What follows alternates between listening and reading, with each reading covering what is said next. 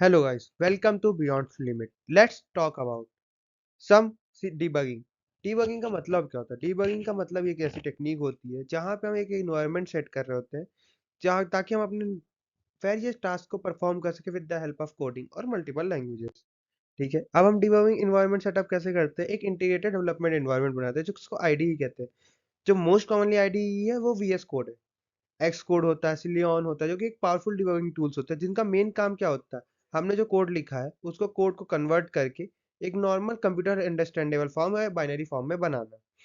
उसके बाद command line debuggers क्या होते हैं? जो कि जीएनयू डिबगर्स होते हैं, जो कि एक एक कमांड लाइन यूटिलिटीज होते हैं जिनका स्पेसिफिक काम क्या होता है?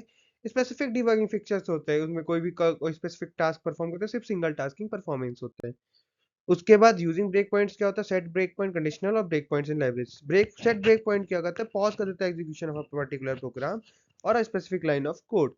ये काम करता है इस पे एक स्पेसिफिक लाइन होगा, स्पेसिफिक लाइन ऑफ प्रोग्राम को एग्जीक्यूट करने पे, पॉज करने पे। कंडीशनल क्या होता है? अगर ये करे तो वो करो, फिर ये काम करे तो दूसरा काम कर दो।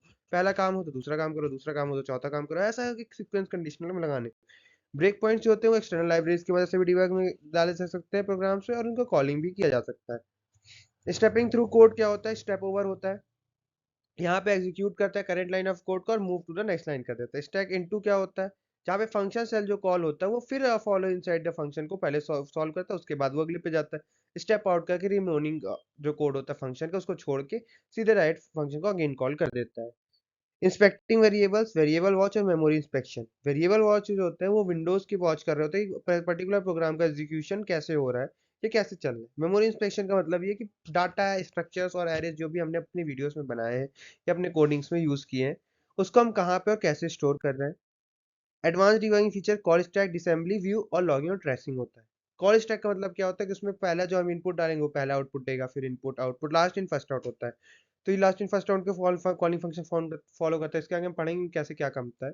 डिसेंबली व्यू क्या होता है? किसी भी कोड को लो लेवल लैंग्वेज के अंडरस्टैंडिंग फॉर्म में बनाना किसी भी प्रोग्राम को।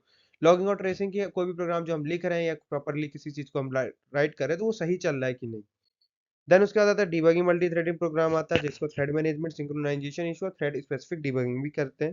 थ्रेड मैनेजमेंट का मतलब कि कोई भी मल्टीपल टास्क को एक सिंगल कोड में चलाना। सिंक्रोनाइजेशन इशू कभी कभार क्या होता है, बहुत से हमने कंडीशंस लगा दी, डेडलॉक हो जाते हैं।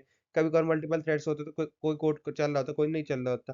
थ्रेड स्पेसिफिक डिबगिंग क्या होता है? कोई भी हमने स्पेसिफिक प्रोग्राम पकड़ा उसके पहले सॉर्ट किए जो भी इश्यूज थे।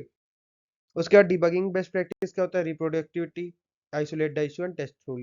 बार बार उसको टेस्ट करना, अगेन एंड अगेन उसको फिर अपडेट करना, फिर आइसोलेट करना, फिर अगेन एंड अपडेट करना, फिर चेक करना कि वो सही कर रहा है।